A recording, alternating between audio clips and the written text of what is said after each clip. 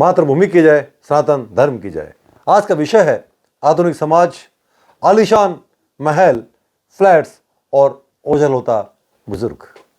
जी हां, आज हम बात करने वाले हैं एक ऐसे विषय पर जहां फैशन, मॉडर्निटी, आधुनिकता की तरफ देश समाज आगे बढ़ रहा है, वहीं संस्कृति, हमारी पहचान, हमारे को जन्म देने वाले जन्मदाता, हमें इस मुकाम तक पहुंचाने वाले हमारे जनक हमसे दूर होते जा रहे हैं। उन्हें दूर किया जा रहा है। जिन्होंने हमें उंगली पकड़ना सिखाया, चलना सिखाया, इस मुकाम तक पहुंचाया कि समाज में हमारी पहचान कायम हो सके, समाज हमें पहचान सके। और जब समाज में हम हमारी पहचान बनाने लायक हुए, उन्हीं को ही जिन्होंने इस मुकाम तक पहुंचाया था, इस लायक बनाया था, उन्हें ही उन आलीशान महलों में, फ्लैट्स में, घर में, परिवार में जगह नहीं है। जितनी तेजी से समाज आगे बढ़ रहा है, इंटीरियर डिजाइनर के नए नए तरीके, नए नए डिजाइन्स घरों को खूबसूरत दे रही हैं, उसी के साथ साथ घर की कई खूबसूरती, जिससे घर खूबसूरत होता है, जिससे घर की पहचान होती है, वो है घर का बुजुर्ग। वो आज घरों से नदारद है, घर से गायब है। क्यों? यही सोचने का विषय है। क्या बुजुर्ग गलत है? उनकी गलती क्या थी?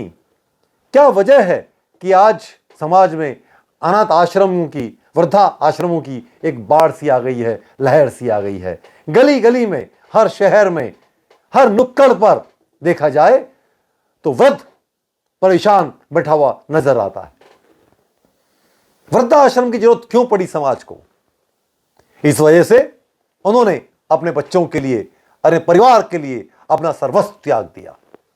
उन्होंने वो सब कुछ किया जो एक अच्छे माता पिता, एक अच्छे घर की नींव मजबूती के लिए करती हैं, लेकिन परिणाम उन्हीं घर के बच्चों ने, जिसको कि उसे सींचा, अपनी मर्यादाओं को, अपने अरमानों को, अपनी ख्वाहिशों को रोंद करके, जिन बच्चों को उसने पढ़ाया, लिखाया, इस मुकाम तक पहुंचाया, और उसने हाथ पकड़कर उसे वृद्धा आश्रम तक पहुंचाया।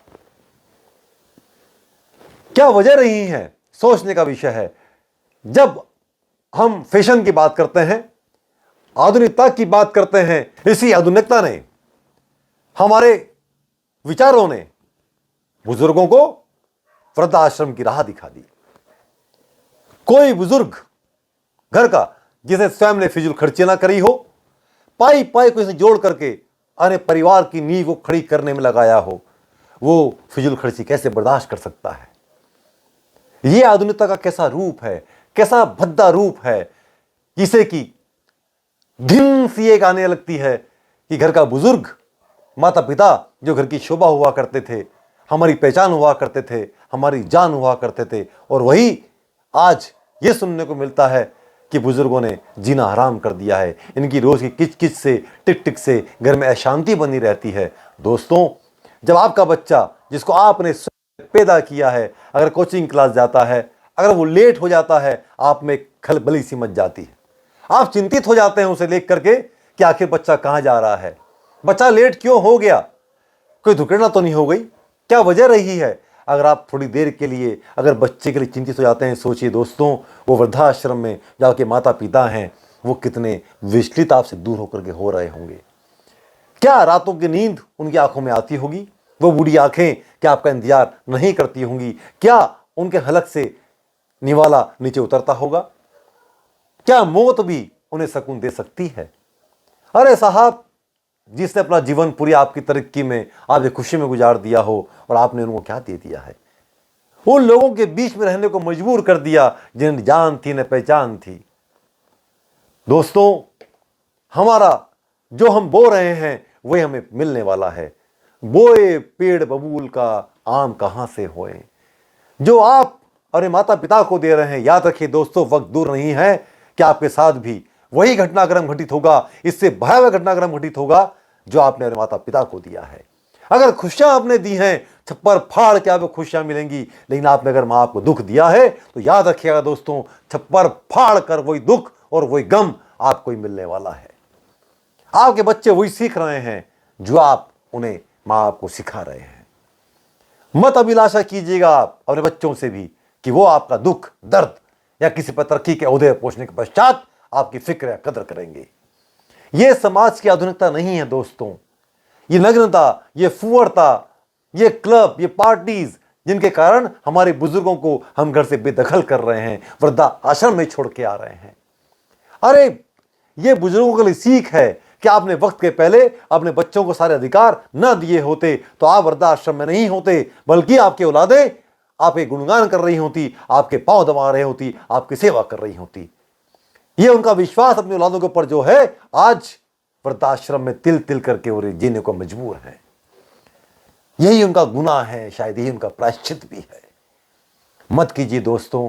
अगर मेरा ये वीडियो, मेरा ये शब्द और आप लोगों को सुनने में आ रहे हैं और समझने में आ रहे हैं, मैं निवेदन करूंगा कि आप अपने माता पिताओं को घर लेकर के आएं, उन्हें शोभा को घर में सजाएं। वो घर की शोभा है, वो घर की इज्जत है, वो घर की लाज है, घर के संस्कार हैं, घर का धर्म है।